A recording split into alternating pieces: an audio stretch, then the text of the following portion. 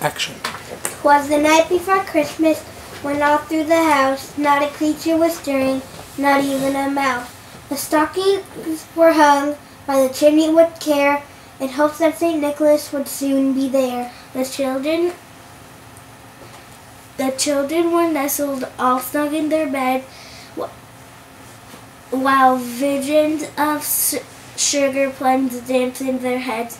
Mama in their kerchief and I in my cap had just saddled our brains for a long winter's nap.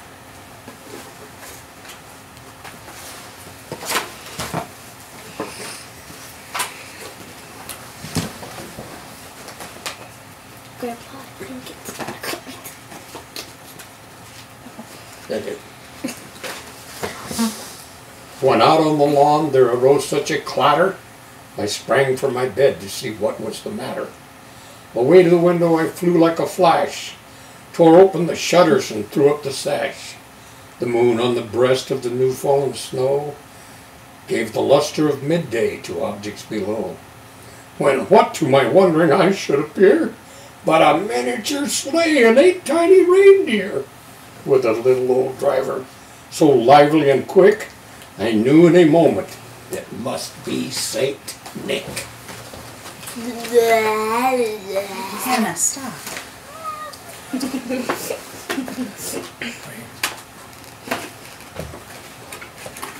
Guys. Goes down. More rapid than eagles, his coursers they came, and he whistled and shouted and called them by name. Now Dasher, now Dancer, now Prancer and Vixen.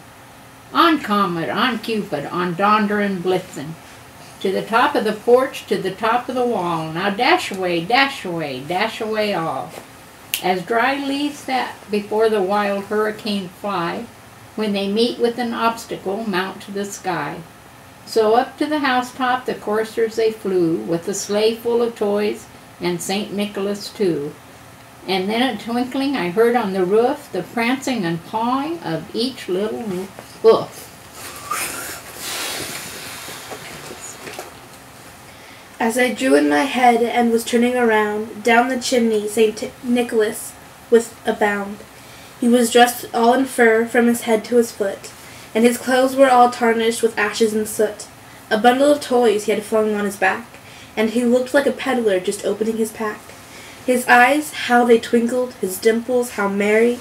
His cheeks were like roses, his nose like a cherry.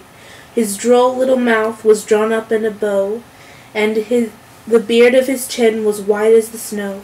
The stump of the pipe he held tight in his teeth, and the smoke it encircled his head like a wreath.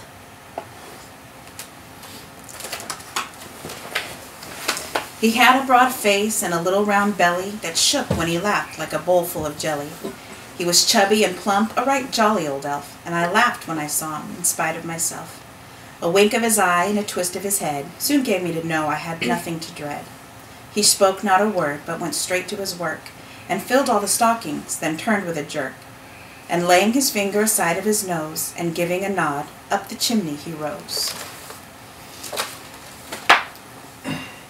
He sprang to his sleigh, to his team gave a whistle, and away they all flew like the down of a thistle.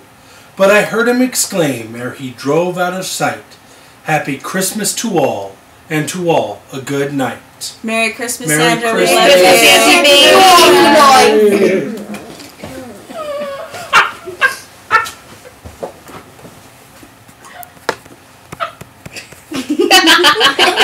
It's